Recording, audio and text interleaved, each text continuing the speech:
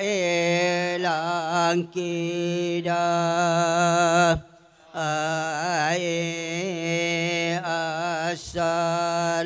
assalamu alamun alaika ahmadu ya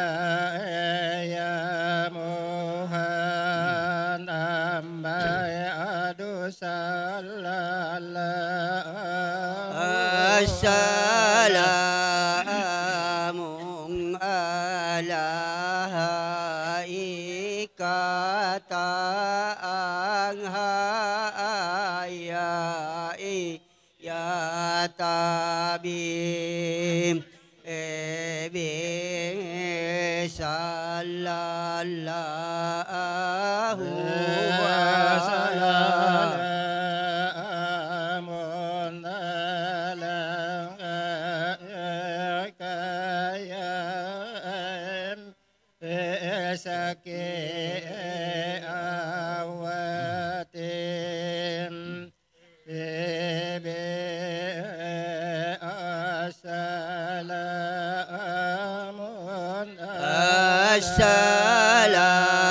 Assalamu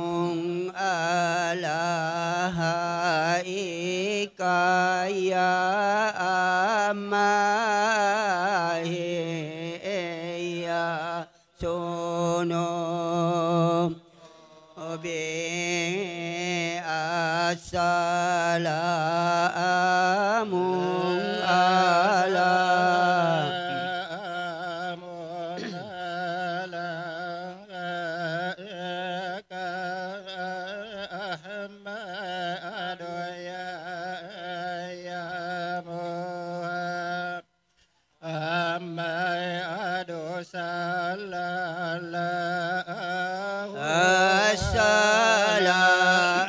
Assalamu ala haika anghaya muma ya sallallahu ala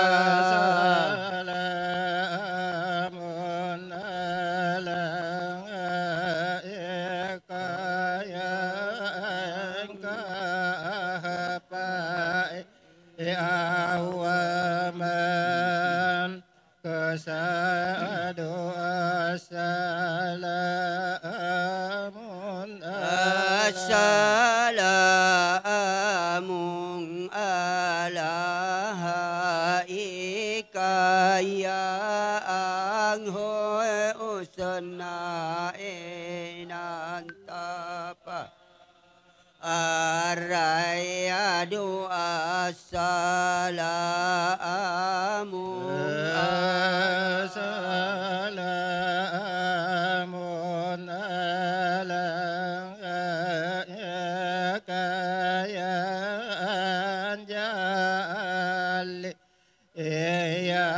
Kurun obe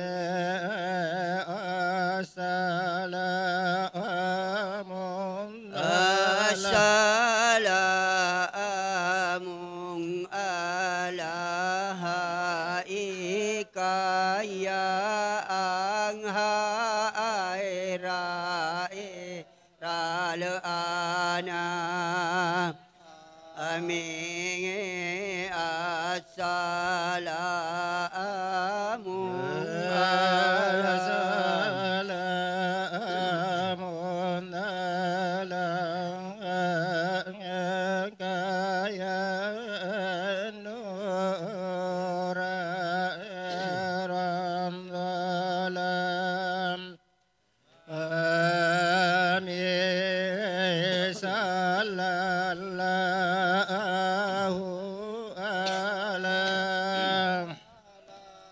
Amun ala haika ya angko la elal mara ai assalamu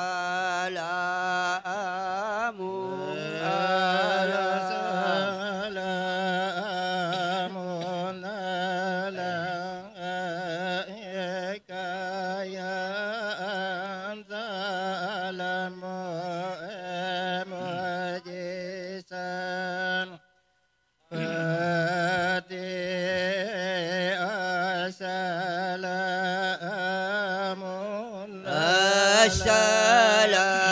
assalamu alaika ya sangal bayina ati assalamu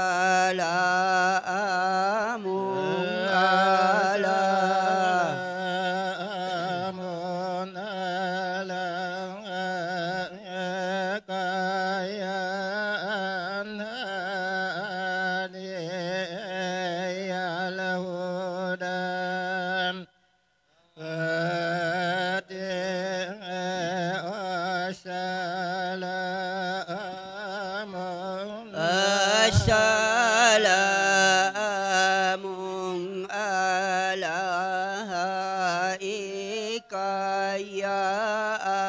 suhra iral usa ati assalamu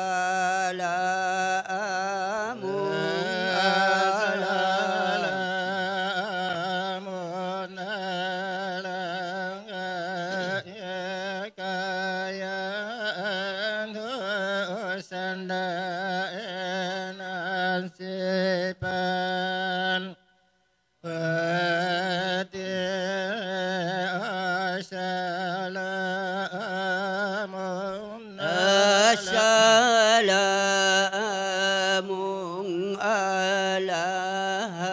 alaika ya sangal ma'i mauhibah ati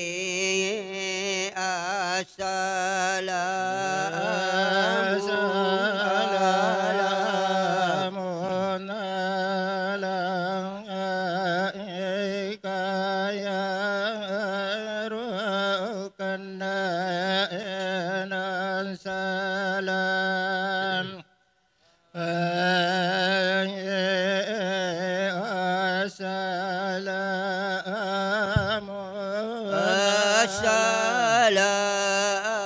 assalamu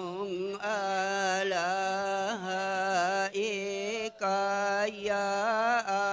rabba ibasama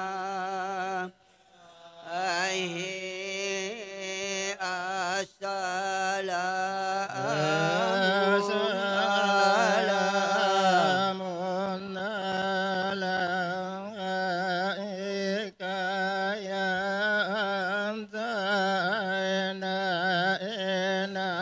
malam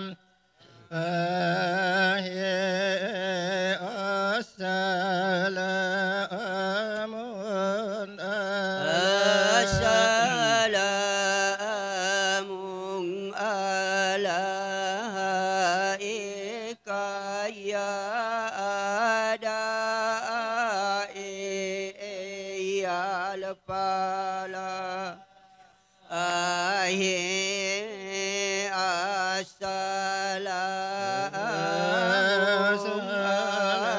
assalamun alaika ya nura iran saban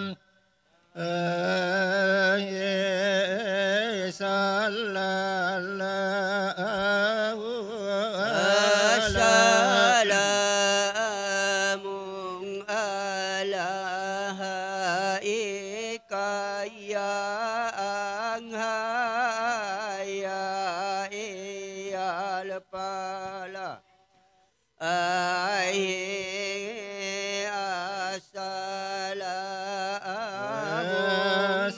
assalamu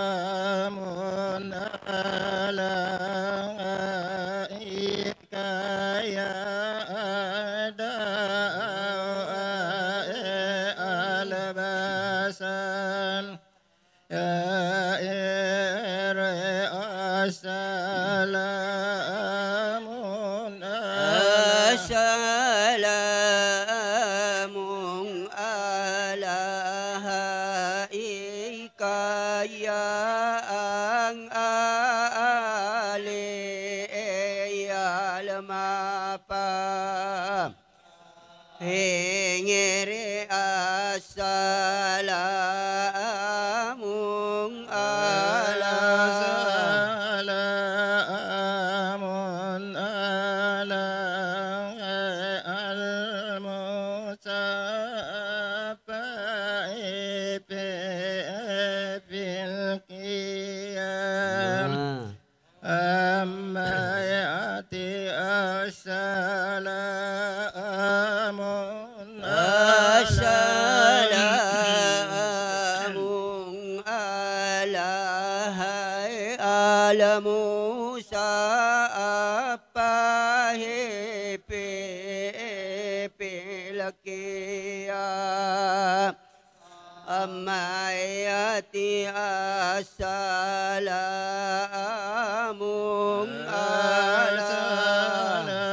salamun ala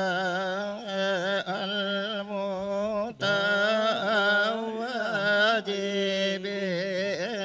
bil karam amma yati assalamun assalamun ala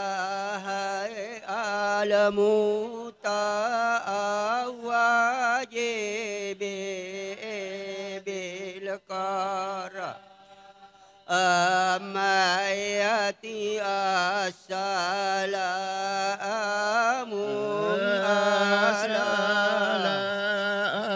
salamun ala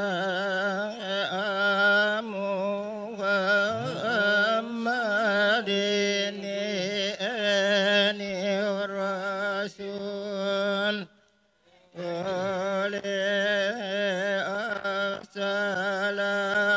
assalamun assalamun ala al mubasyari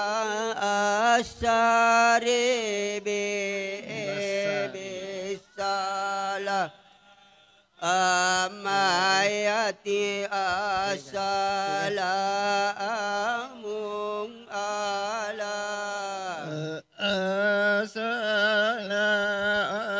assalamun ala ya ajahal jamil ilaihi wassalamun ala assalamun ala an-nabiyyi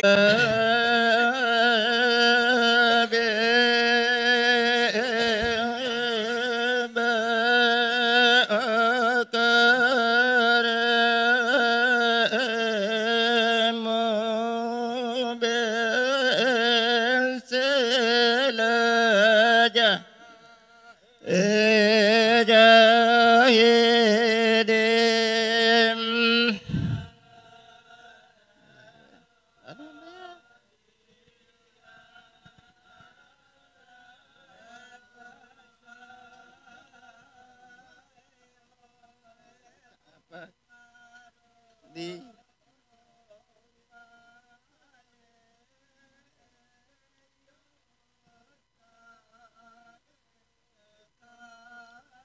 Sindu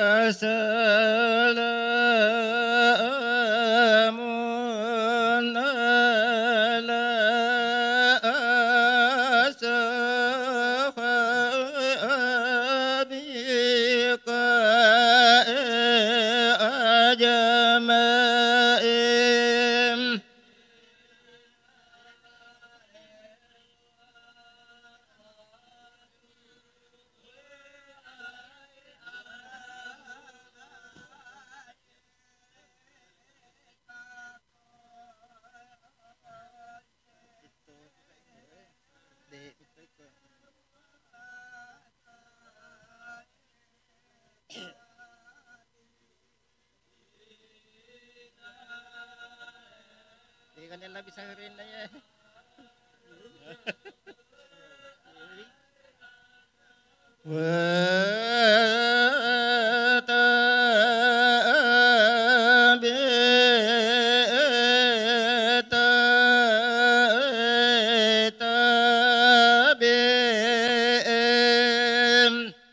Kasih lebih saya rinda. Kasih lebih saya rinda ya. Lebih saya rinda kasih. Allah bisa rin erabin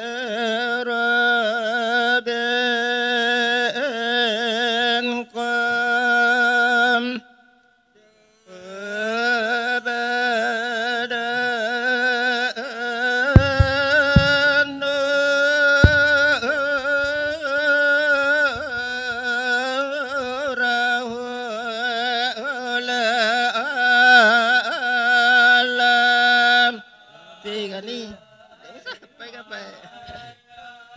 Kisapa saya ko to kan labis saya rin dapat de runtuy. Ya na to kisapa.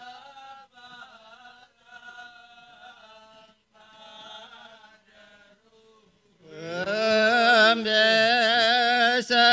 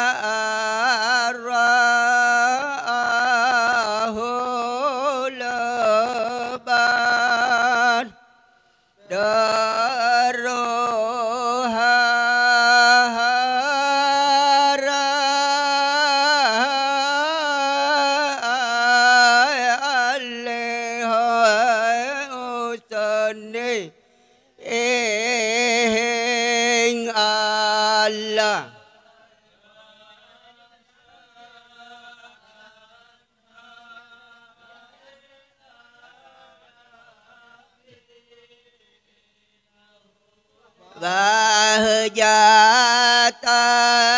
anta asalebo la akwa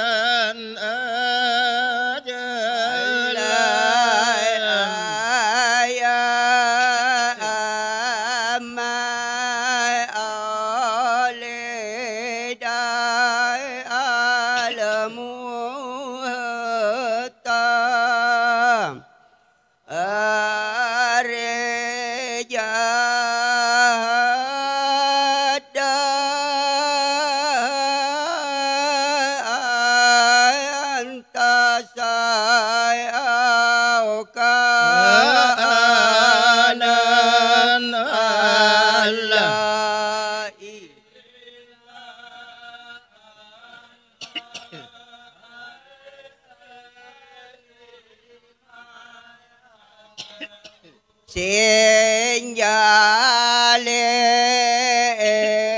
lê ha wa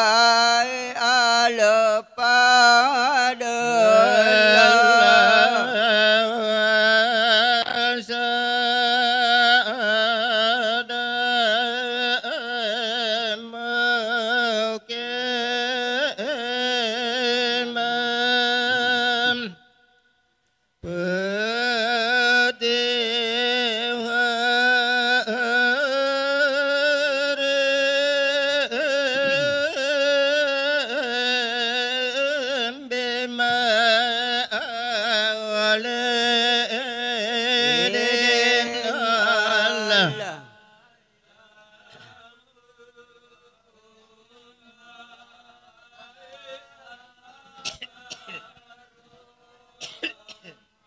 chân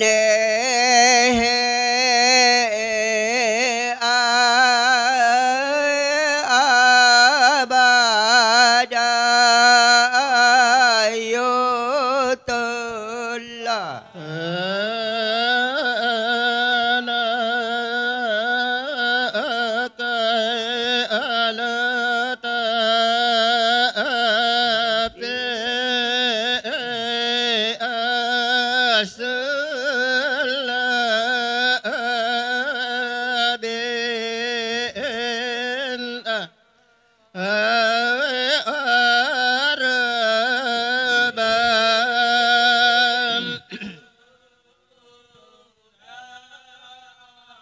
ca saya mensope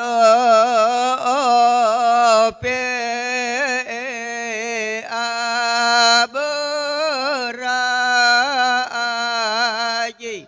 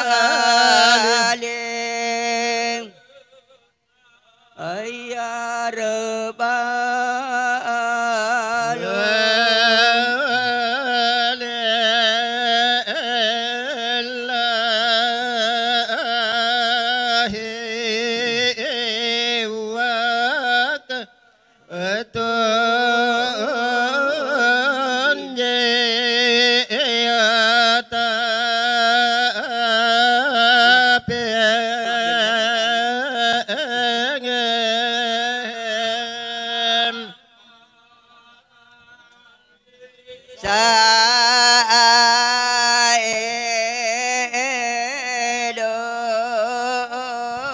alai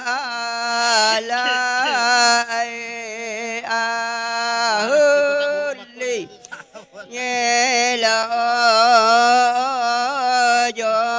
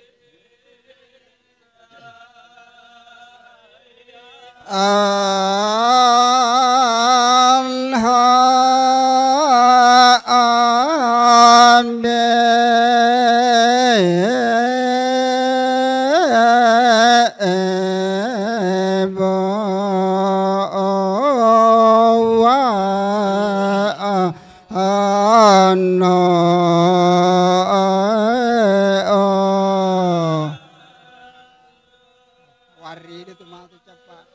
Iya warid.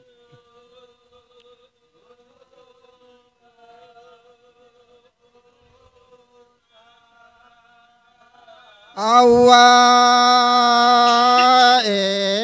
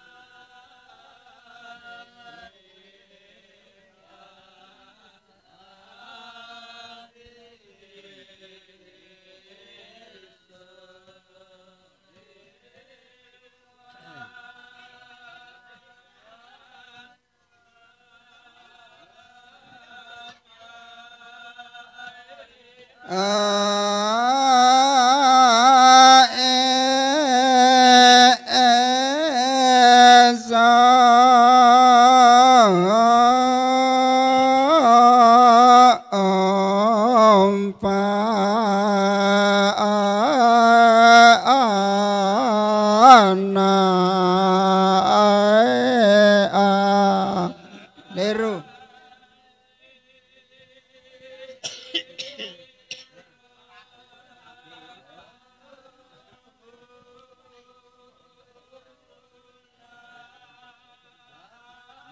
Ayo,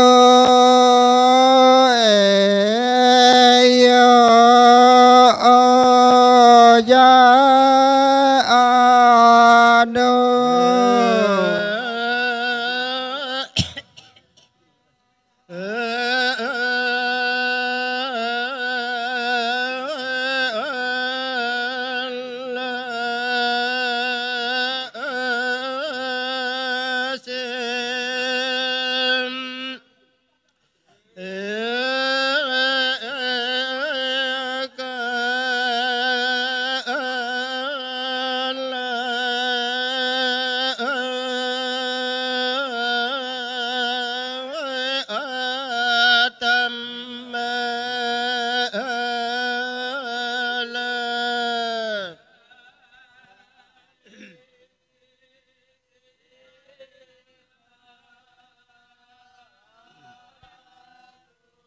Tingkahnya Cina.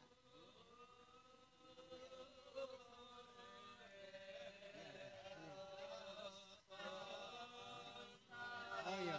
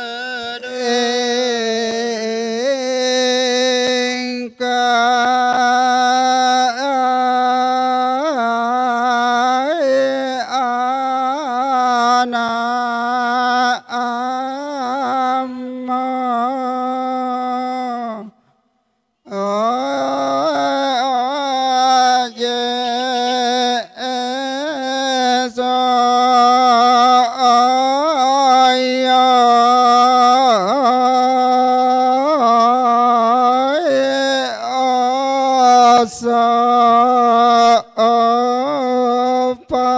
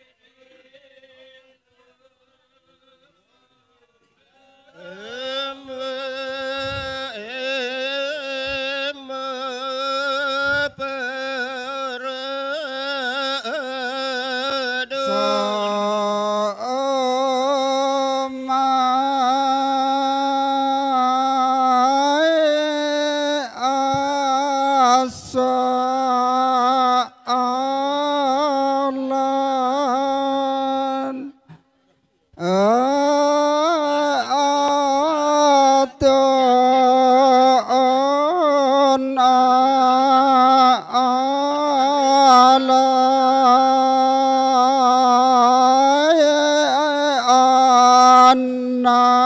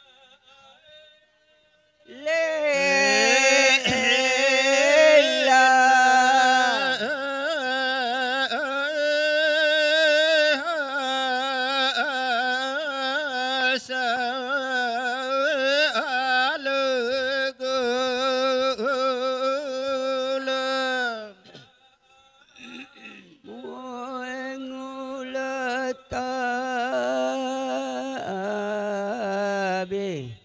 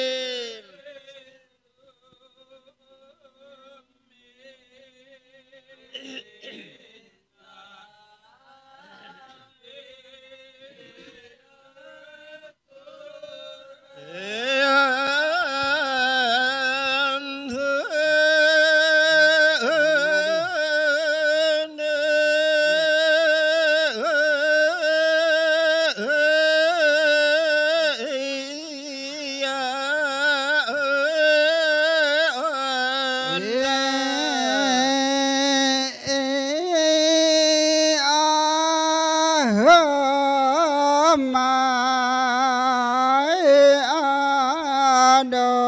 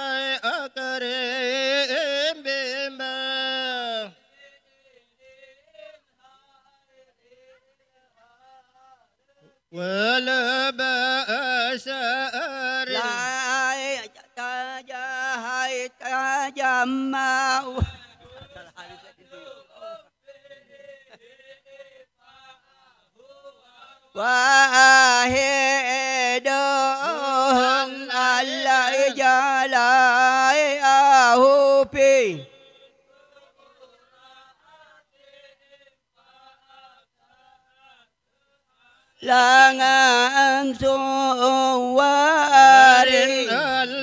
matai an arab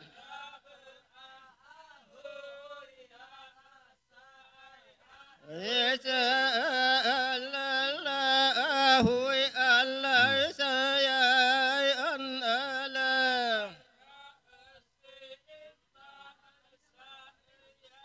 wala ba'asa ring alay ang aso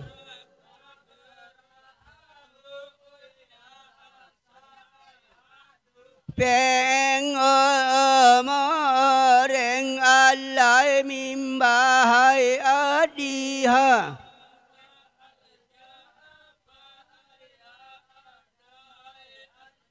tolong ring Allah takai asama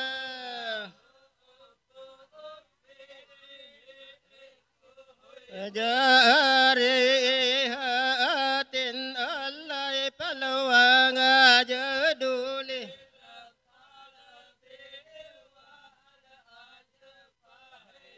lingis ring alay salahay ang ala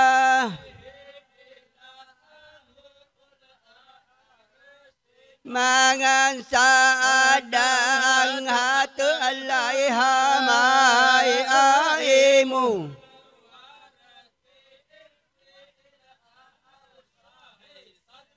wala bokari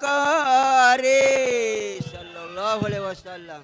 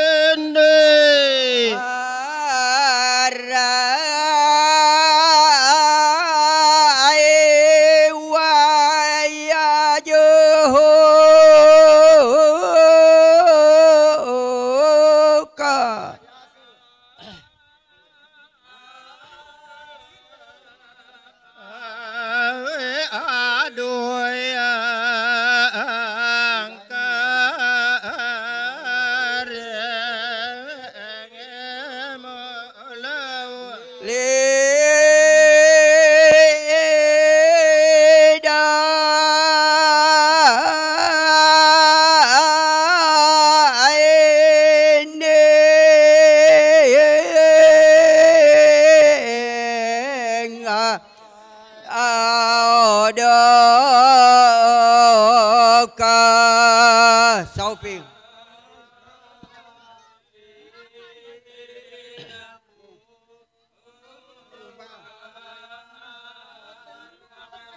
Ada. Surat di.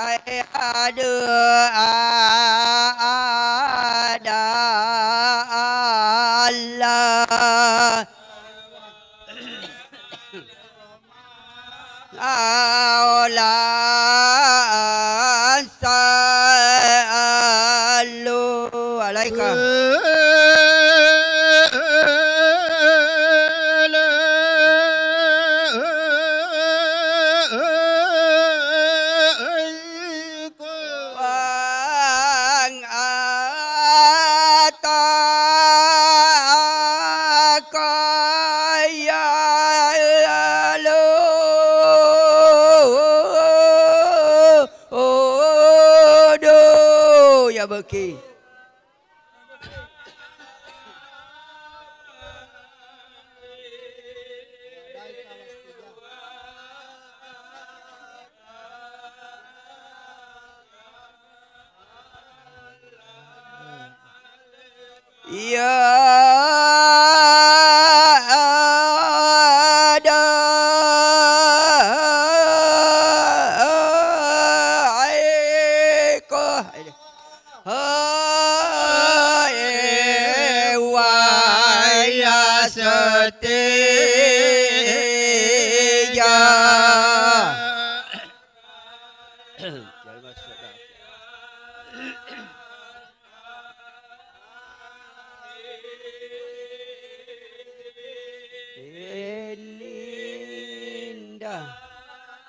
Puring.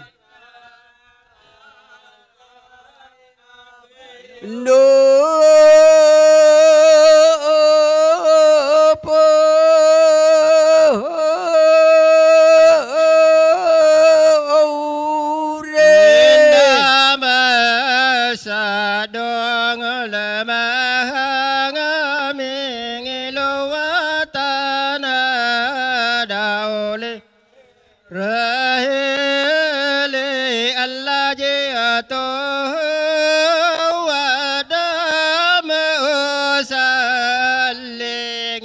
Kula to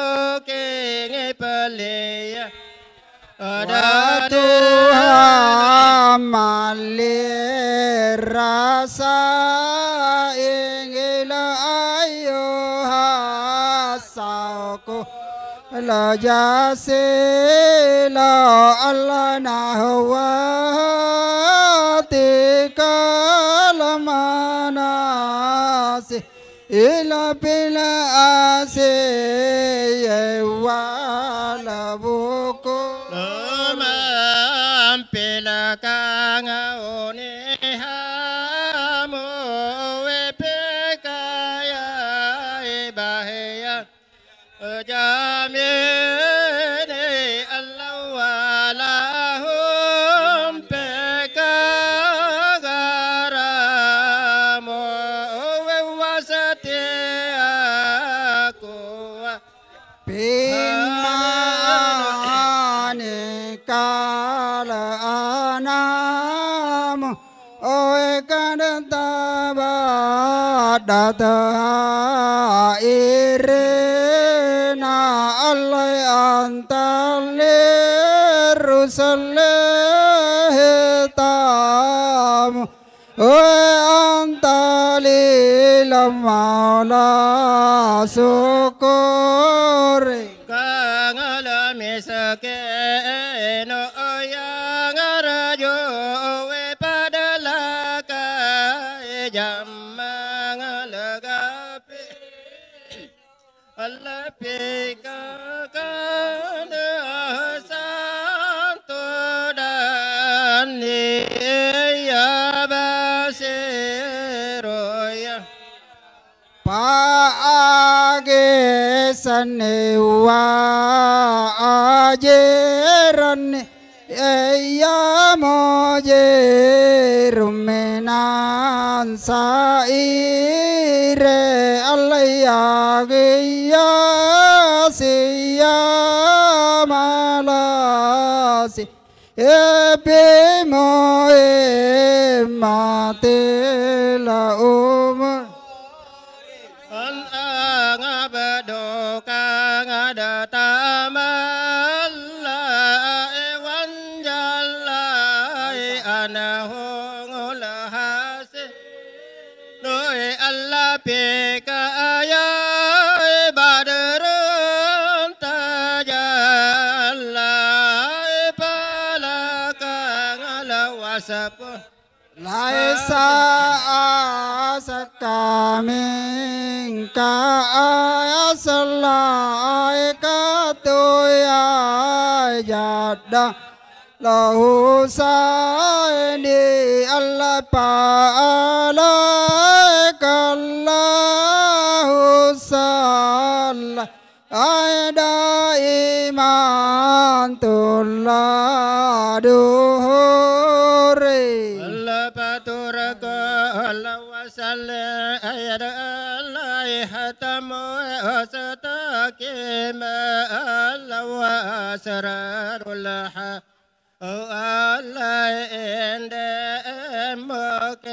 Allah palatai ahsa soyur Allah dami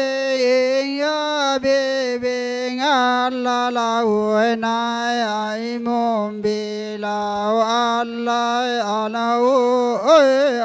aima Isa salam to yang bealai dimbai ada tahu Allah to kare bohwa yang aja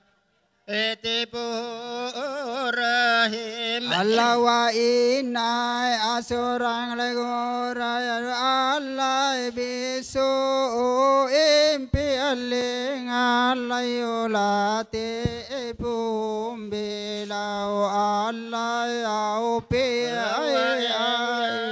sakang lagorai mu Allah hale hale pasauki Allah yukari bohwa aja Allah anau nadima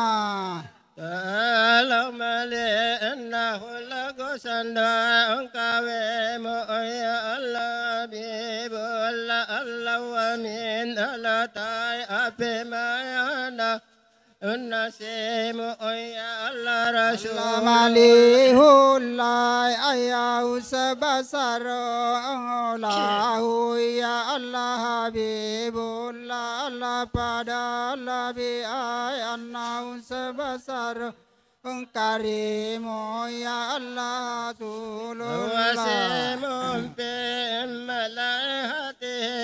Ngasimu ya Allah Habibullah Allah wa ma bilahu Isnikatulahu Ngasimu ya Allah Rasulullah Allah sawa siwa japahu ya Allah Habibullah Allah wa laisa siwa haitawa sulihi innaimu ya Allah lahum peta ebastin asana emakami ya Allah Habibullah Allah daihi la airu ajmahu emukimu ya Allah Allah isa ganna abihi adi ilmatahu ya Allah Habibullah Allah ra'aitana engkau minta rabe entaimu ya Allah Rasulullah ada pengil kangau naninai ahuai ahui Allah badarun jamilu luarai Allah bi usni Allah mislu wa ila aula arsisa araya pahu Allah binglal kiwa ula ki Allah inna la ata'ahu ja'alu min angna warritai al ayatihi alaihi raduku elu ay Allah bi wasbi Allah tabaraka Allah auma ala samai samai lahu Allah zal jamai jamalu lumpama Allah ayabamuha ayah urbawa denuka ya Allah ka di mating Allah behu beko engkai umaru Allah bingla kalbi Allah salang ala aihi ila ahula arsima antai Allah ayat Allah samsu amang asasa Allah di ilmatahu lidang kadawa insawa kabala ibi wasalahi aballu kalamu sataka ya muda ila babi wa waso wala de wa biya wa ujaba Allah wa atala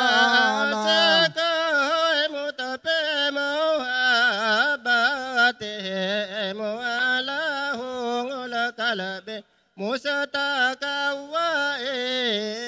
anung kota seko wajadawa takasedo kawata talubu miru yau ijalla Ra'ayasa allang hatake ba ibu ko ba itahuto huda tula ilse takatung asikat malasabi ya lau eyukate usau kuming hapi ya kawang adalah mampila kau ne yo sabehu ekada pakaping lahu sani asakalawa injita bai nanu ka ajita mayarba au epauto yang ala adani ahma Asamanu walam andur manasilahu wa maraitum bisa kasih Sambiyo kaya doni wasadoyo kaya ewa kadamalatum minala ausari ayasakala Kindane pegadeng arjo yang sepaule ewa husnu dan himbe haril halakima akadalla jauna ila babil karim wa mayalaju ilaihi yararu bawa ikbal bihakihi ya ilahi judalana ya ramang la apawa wa subahi ikramawa Wannabiyul ladzi tabal wujudu bi ewa biha lapatulau wa mawa'un salah Sallala ilaihi ya arsi sumang ala alihi wa sahbi abada wa sa'ala Allah ta'ala bina alan nurilla sidahara ilana bisahri rabi ila awalin setahara Allah ku kanto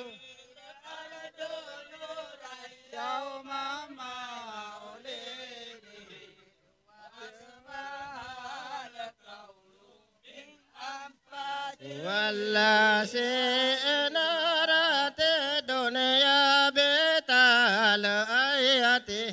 ewasiroho pikolo bila arepe nadara aminatan lil alamina badai mauludung sana hoya jelul kamara Ratamala ekatur rahmanita ashayadu kaimatu mati umin anwarihi innadara ila arada wala akwana jamaah nasu sirang kana musatira Allah se hayya malata bi pahre hasal kadarul baiti wa ngapetahara se kullu mampil kaune ya bu sabu manau isa sukira mumpakeron sana ho saya rapo keming ajale itu karamula tamu asan nabiyul ladzi laula jala haila tahu lama yulaki lahalaku jinna wala haibasara sarana benge yullasi mansarahu jarayatahu enalalhana walamuna wasu'lawa salang alaihi laula arsi man saja Kamama tumpau kagusanima insi insara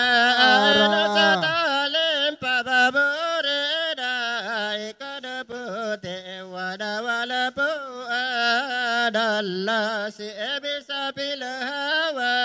ayamuda obena dairu asumantari talakabi alilauda wakulila alu lestari ngobekon alababeko emambare alaya nabi alhuda agisamambese alaya rasul al-karimi alaika salatun wasaukilaku elaku mangkada wa ubilaku elaku mambari lamali laemo amambeselo empare amantaramo ebagi isadahe payasa dumang bakum papila akibar kadaraje tarmambese karin nabi wagari gabe sumansi nabenge yalahuda agisamambese karikaya sewa saling ala la mustafa hitami Habibu garula badaro men husani wajahin intahayaratil kok rupe Habibun tajalali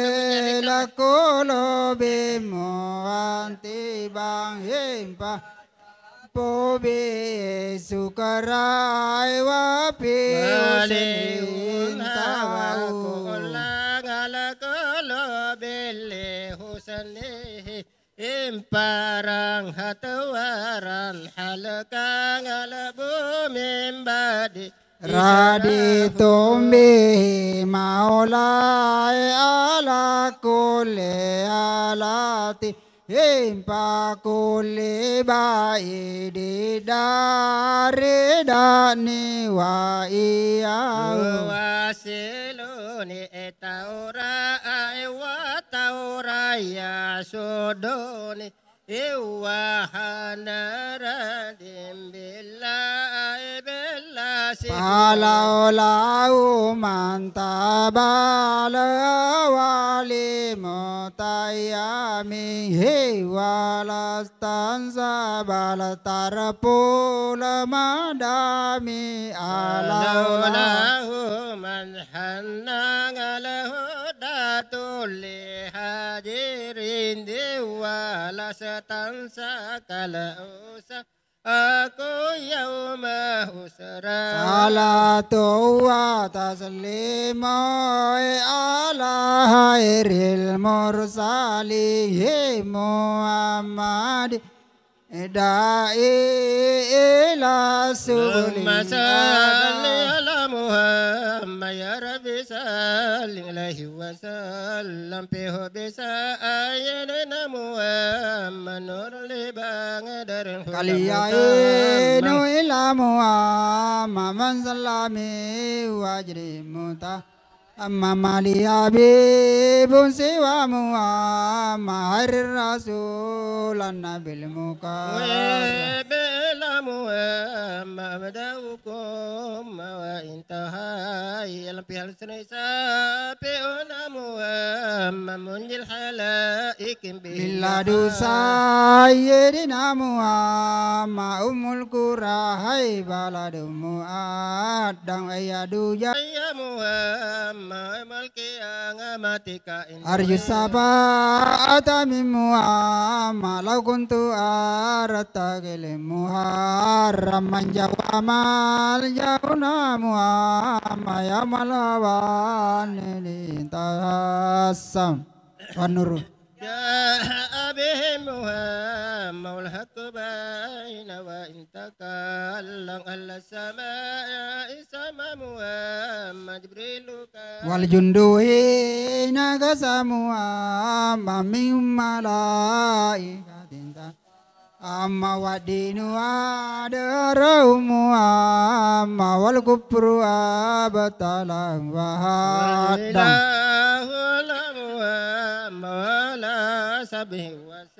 Allah wa sallallahu ala Muhammad wa ala sabi wa sallam.